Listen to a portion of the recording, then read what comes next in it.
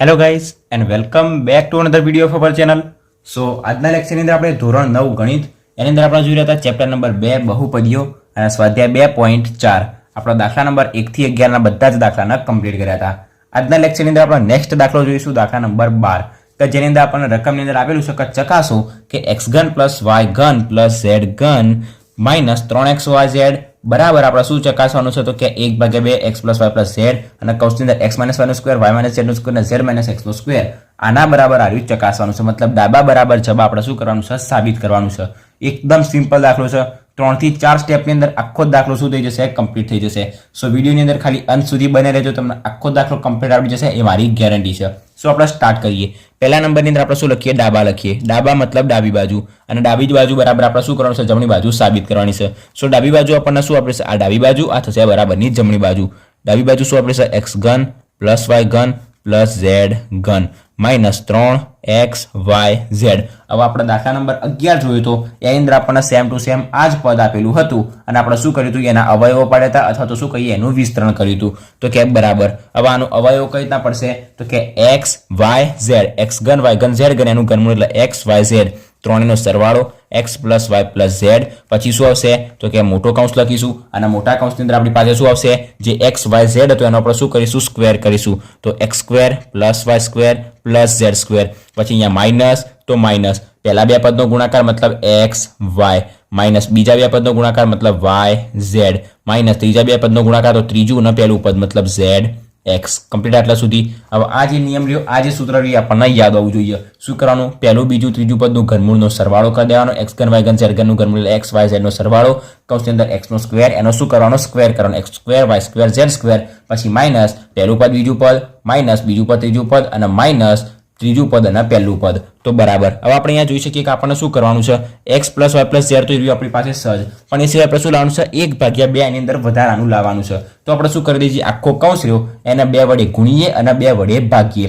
2 વડે ગુણીએ અને 2 વડે ભાગીએ મતલબ કોઈ મતલબ રહ્યો કહેવાય નહીં. તો આપણે શું કરીએ, 2 વડે ગુણીએ અને 2 વડે ભાગીએ એટલે 2/2 શું થઈ જાય, 1 થઈ જાય. તો આપણે શું કરીએ, x plus y plus z એમને એમ રાખીએ, 2 વડે ગુણીએ અને 2 વડે ભાગીએ. શા માટે, કારણ કે આપણે એની અંદર 1/2 લાવવાનું છે એના માટે.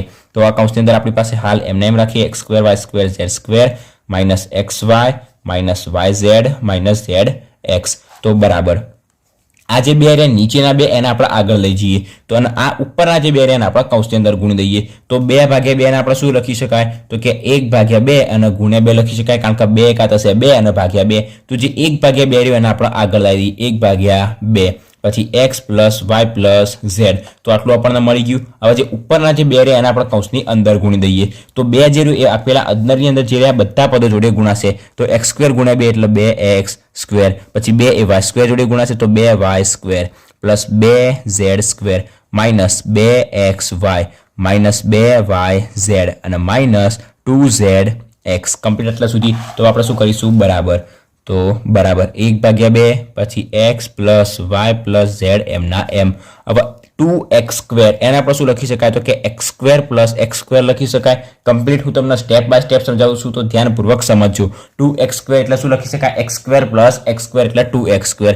એ રીતના 2y સ્ક્વેર ને આપણે શું લખી શકાય, y square plus y square. પછી 2z સ્ક્વેર આપણે શું લખી શકાય, z square plus z square. 1 2 અને 3 જે પદ રહે એને આપણે શું કરીએ, માઇનસ વાળા 3 પદ એને આપણે એમના એમ રાખીએ. માઇનસ 2xy માઇનસ 2yz અને માઇનસ 2zx. કમ્પ્લીટ આટલા સુધી. તો કે બરાબર 1/2 x plus y plus z. હવે અહીંયા આપણે જોઈ શકીએ કે x સ્ક્વેર પછી minus 2xy plus y square આપણે કૌંસની અંદર લખીએ, x સ્ક્વેર પછી માઇનસ 2xy અને પ્લસ y સ્ક્વેર. આ શું થઈ ગયું, x માઇનસ y નો જે હોલ સ્ક્વેર હોય એનું શું કહેવાય, વિસ્તરણ કહેવાય. પહેલા પદનો સ્ક્વેર માઇનસ 2 ઘરના પહેલું પદ બીજું પદ અને પ્લસ બીજા પદનો સ્ક્વેર.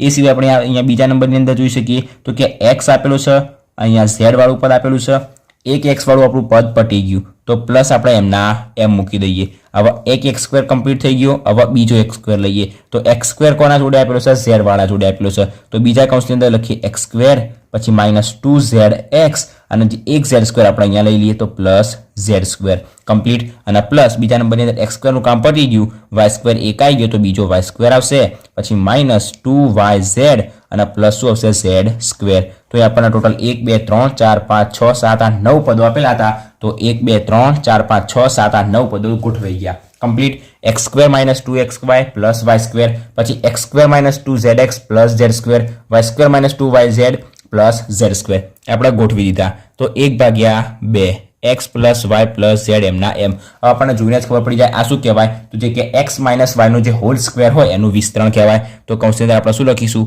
x - y નો જે હોલ સ્ક્વેર હોય એનું વિસ્તરણ. x - y ના સ્ક્વેરનું વિસ્તરણ શું થાય, આર્યું થાય. પહેલા પદનો સ્ક્વેર માઇનસ 2 ઘરના પહેલું પદ બીજું પદ 2 એટલે xy, તો -2xy અને બીજું પદ એટલે y નો સ્ક્વેર કમ્પ્લીટ. પછી પ્લસ એમના એમ. હવે x² - 2zx પ્લસ z² એટલે કોનું વિસ્તરણ કહેવાય, તો કે x - z નો સ્ક્વેરનું વિસ્તરણ કહેવાય કમ્પ્લીટ.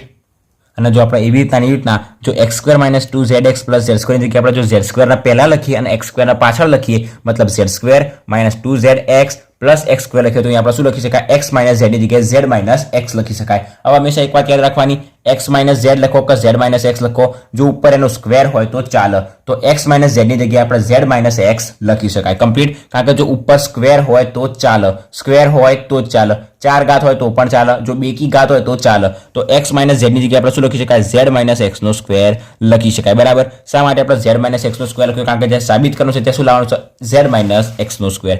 પછી પ્લસ એમના એમ. હવે y² - 2yz પ્લસ z², એને આપણે શું લખી શકાય, તો કે y - z નો સ્ક્વેર કમ્પ્લીટ. એટલે સુધી તો આપણે અહીંયા કૌંસ પૂરો કરી દઈએ તો આપણે જોઈ શકીએ આ જે આપણને પદ મળ્યું એ સેમ ટુ સેમ આના જેવું આપણને પદ મળેલું છે. તો આના બરાબર આપણે શું લખી દઈએ, જબા મતલબ જમણી બાજુ, અને ઉપર જે ડાબા હતા એને આપણે સીધા નીચે ઉતારી દઈએ તો આપણને ડાબા બરાબર શું મળી ગયું, જબા મતલબ જમણી બાજુ.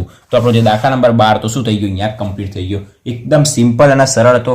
મેં તમને એક સ્ટેપ નાનું સ્ટેપ પણ ધ્યાનપૂર્વક તમને સમજાવ્યું છે. એક પણ સ્ટેપની અંદર કોઈ પણ પ્રકારની તકલીફ ના થવી જોઈએ બરાબર. સો અહીંયા આપણો દાખલા નંબર 12 શું થઈ ગયો, કમ્પ્લીટ થઈ ગયો. આજના લેક્ચરમાં આપણો દાખલા નંબર 12 સુધી રાખીએ અને પછીના લેક્ચરની અંદર આપણે દાખલા નંબર 13 જોઈશું. એની અંદર કશું સાબિત કરવાનું છે એ આપણે નેક્સ્ટ લેક્ચરની અંદર જોઈશું. આજના લેક્ચરમાં અહીંયા સુધી. આની અંદર જો કોઈ પણ ડાઉટ હોય તો કમેન્ટ બોક્સમાં જણાવજો, તમને તરત જ જવાબ આપી દઈશ. એ સિવાય વિડીયો ગમ્યો હોય તો વિડીયોને લાઈક અને શેર જરૂરથી કરજો, અને જો ચેનલ પર નવા હોય તો ચેનલને સબસ્ક્રાઇબ પણ જરૂરથી કરી દેજો. સો થેન્ક્સ ફોર વોચિંગ ગાઈસ.